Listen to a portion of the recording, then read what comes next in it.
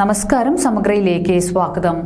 വലിയ തേരട്ടകൾ മൂലം പൊറുതിമുട്ടി ഒരു പ്രദേശം.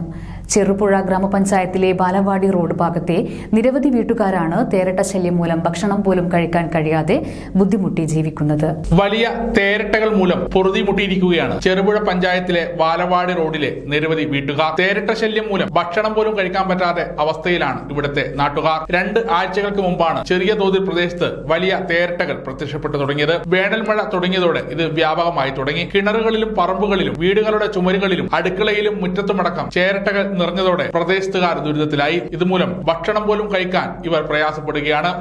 കുറെ വർഷമായി നമ്മള് ദിവസം ഇങ്ങനെ കൊന്നു ഇക്കൊല്ലം ഏറ്റവും കൂടുതൽ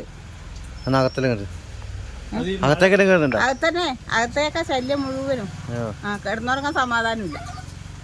അതാണിപ്പോ ബുദ്ധിമുട്ടില്ല.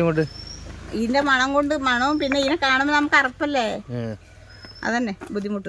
മഴ പെയ്താൽ ഇവ കൂട്ടമായി ഇഴഞ്ഞെത്തും. ഇവയെ പെറുക്കിയെടുത്ത് കുപ്പിയിലാക്കി ഇടുകയാണ് ചെയ്യുന്നത്. മണ്ണെണ്ണ, പെട്രോൾ അടക്കമുള്ളവ ഉപയോഗിച്ച് ഇവയെ നശിപ്പിക്കാൻ ശ്രമിച്ചെങ്കിലും ഫലപ്രദമായില്ല. വീട്ടിന്റെ അകത്ത് എത്തുന്നതോടെ ഇവയുടെ ദുർഗന്ധം അതിരൂക്ഷമാണ്. ഇത് തലവേദന അടക്കം ഉണ്ടാക്കുന്നതായി ഇവർ പറയുന്നു. കത്തിച്ചാലാണെങ്കിലും രൂക്ഷമായ ദുർഗന്ധവും അനുഭവപ്പെടുന്നു. അടുക്കളയിൽ വെച്ചുണ്ടാക്കിയ ഭക്ഷണത്തിൽ ചേരട്ടകൾ ഇഴഞ്ഞെത്തിയത് മൂലം ഭക്ഷണം അപ്പാടെ ഉപേക്ഷിക്കേണ്ടി വന്ന അവസ്ഥയും ഇവിടെ ഉണ്ടായിട്ടുണ്ട്. അട്ടശല്യം മൂലം പ്രദേശത്ത് കൃഷിനാശം വ്യാപകമായി നടക്കുകയാണ്. സമഗ്ര ന്യൂസ്, കണ്ണൂർ.